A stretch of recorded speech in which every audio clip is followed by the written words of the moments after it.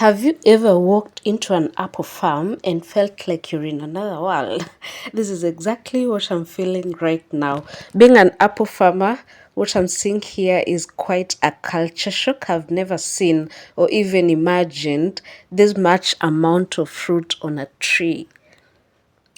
This is Lane Farmstead, but today I visited Eldoret Orchards Ltd. It's in Eldoret, and it's a farm owned by an apple expert, actually a horticulture expert called Dr. Onesmus Ngetich. What I saw here honestly shocked me. These are Braeburn apple trees. There's just a few. It's a demonstration farm, but he has a production farm that has a lot more of these trees. But these ones right here, the ones I had the advantage to see and touch, they're fruiting massively. What came to my mind when I was looking at these fruits is the indigenous guava trees in Migori. I promise you they were producing like the indigenous guava trees. I don't know if you have that picture in your mind. Heavily, consistently, and effortlessly. This is me going back way after the tour was over and just admiring and capturing the beauty of this Brabban variety for you. It's unbelievable that this is productivity in Kenyan soil. And so the question in my mind was, is Brabban actually one of the best apple varieties to grow in tropical regions? Because personally, I've had the Wambugo apples, and currently I'm looking for a way to help them pollinate. So I'm looking for pollination compatible pollinators. And so I had never thought about any other variety besides the Wambugo apples and its pollinators. But this is an eye-opener. So off camera, I had a conversation with Dr. Ngetich because this was an impromptu visit and I didn't get a chance to record the conversation with him, but he really promotes this kind of variety. He has the Fuji, like this one right here. He also has the winter banana, the one you see right here, which is also producing quite well.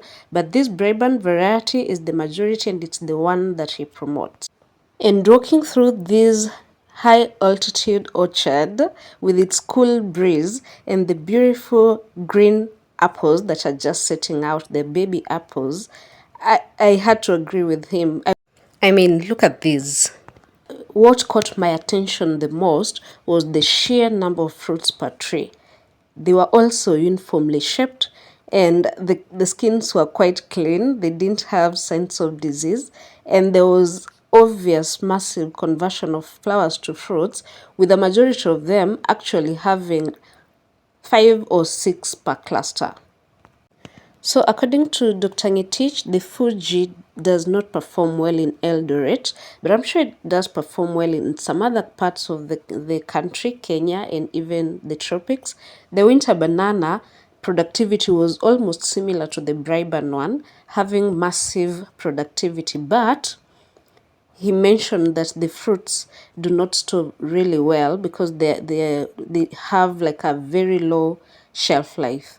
And then he also had on the same farm the Anna and Dorsett Golden, the ones that were intercropped, produced really well, while the Anna variety that was a standalone did not produce much.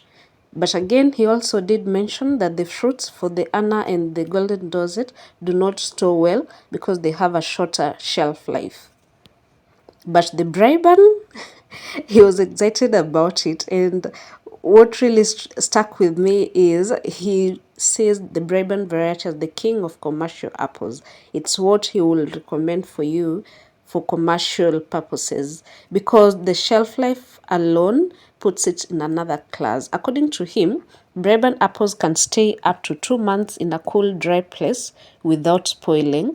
And this is something that obviously the market will love because even if you buy the fruits today, you won't be in a hurry to sell them, leading to reduced post-harvest losses and storage losses because they store quite well. Besides the shelf life, which is a standalone selling point, he also mentioned that this variety produces massive fruiting. A lot of the flowers convert into fruits effortlessly.